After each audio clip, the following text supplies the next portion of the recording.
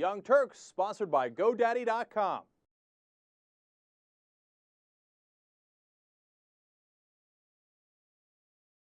CNN did this great piece where they took the confessions of 10 debt collectors and they published them. And the reason why it's a great piece is because of how candid they are.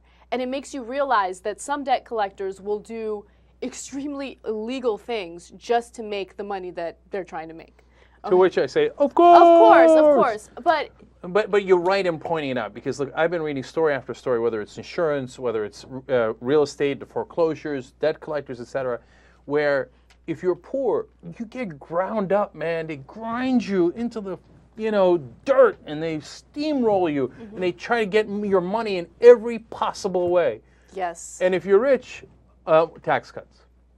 I mean, that's part of what drives us crazy. It's just like that story we did about the traffic violations in poor areas versus the traffic violations in rich areas. Right. No, it was the parking violations, which is even worse. Right. And they said, oh, we don't want to give the same parking violations in the rich areas of Oakland because they'll cause us trouble.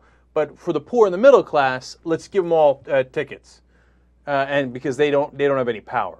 Okay? I mean, that's the essence of what we fight against here. So let's hear some of those stories. All right, so I want to start with Mel Harsh. He was a debt collector for 20 years. He has one more week on the job, and then he's going to go do something else. He says, if someone told me that they only had $150 to their name this month and needed to feed their entire family of 5, I would say, I don't care. This is your fault. You owe the money. Pay it. I would even use blind threats like, I know where you work, to intimidate them.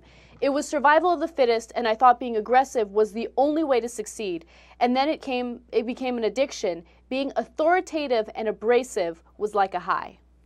Of course, people in power love to use that, and I'm not at all surprised that he gets it high off of it. And they want, if you tell them you have X amount, they're going to ask for X amount. Okay, you got to know that. All right, give me another one. The next one is Alexis Moore. She was a debt collector for 10 years.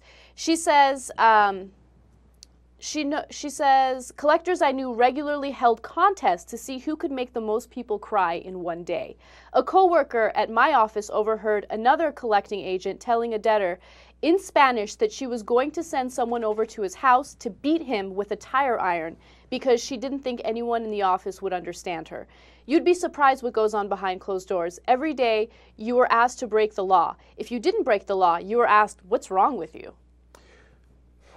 This is how they wear you down, man, and it's sickening and it's repulsive. Don't get me wrong. Look, don't have the debt. Don't buy stuff you don't need. Okay, so you won't have these jerks all over you, right, and calling you and trying to intimidate you, et cetera, et cetera. So and if you have debt, of course you should try to pay it back. But there has to be bounds of reason on what we do to people to try to get that money back. Now, remember they used to have debtors' prisons, and so they would throw people in jail. Now, we don't do that anymore because it's too inhumane, except now Vegas is trying to bring it back, and we told you this story about one of their biggest whales, guy who had lost hundreds of millions of dollars, and since they couldn't squeeze the last $14 million out of him, even though they'd already taken over $100 million off of him, they're like, now, technically not a bad debt, it's a bad check. And then I said, oh, they're going to start using this on regular folks, right? And then I saw a story where they're saying, well, I think maybe we could send you to jail for not paying your debts, right? God. So those are the different ways that the powerful are going to look to extract your money. Exactly. This is all horrible. I'm going to let you continue. This is all horrible and everything, but nobody ever taught these people. I mean, yes, as you said, you shouldn't get in those problems. You have this issue. That you don't stand up for yourself. I don't care what kind of trouble you're in. You're not going to tell somebody, I'm sending somebody to beat your ass with a tire iron. Oh, I'd be like, please, my address is this. Come at 5:30. I'll be waiting for you. Come here, please. I'm looking for you. Actually, I'm the guy out front with the bat. Come look for me. I don't know why. How can you cry? How can you get scared of somebody over that? No, because you know what, Jared? I'm like, I want you to call me from your personal cell phone and tell me when you're here. Call me from your personal cell phone. But Jared, look, part of it is that, and maybe I'm going to make assumptions that aren't right here about you, but that you haven't been that powerless, right? And so they've been used to getting run over and getting run over and getting run over. So they think, I'm going to get run over, right? So that's part and parcel of it. So, and not only that, that's why it's easier to take advantage of them, too. Right. And these debt collectors use these methods of intimidation that you wouldn't even think of, you wouldn't even consider. Like they'll send faxes of all of the money they owe to the debtor's place of work, place of business. And then they're going to get scared, JR, that they're going to lose their jobs, and then they're really screwed.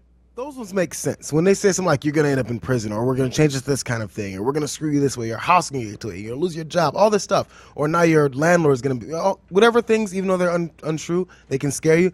These make sense. The physical threats are amazing to me. Yeah. Like this, how can you really think that? It's not the police, and the police can't do this.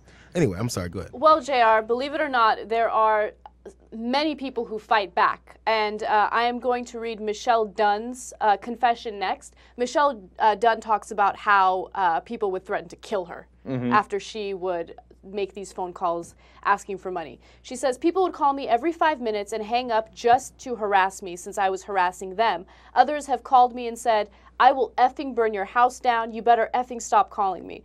One man faxed me pages of profanities every few minutes until I ran out of ink. I often had to be escorted out of my office by police officers after debtors showed up threatening to hurt me.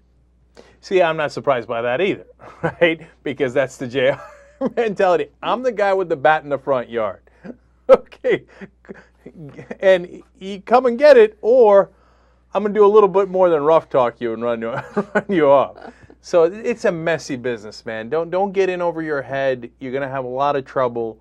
And at the same time, I tell the debt collectors to be more humane, but I know they won't listen. It's just the nature of what it is, right? But don't have an idealized version of either side. I want to be clear on that. There's so many benefits when you get a domain name from GoDaddy.com. First of all, they have 99.9% uptime, which is incredible. And they also have great support 24/7. All you got to do is call up GoDaddy.com and they'll help you with all your website issues. And it's also cheap and easy. I mean, everyone loves cheap and easy, right? Like Kim Kardashian. Everyone loves her. That was mean. Man, that was harsh. I like that. That was really Damn. Oh, I didn't see that coming.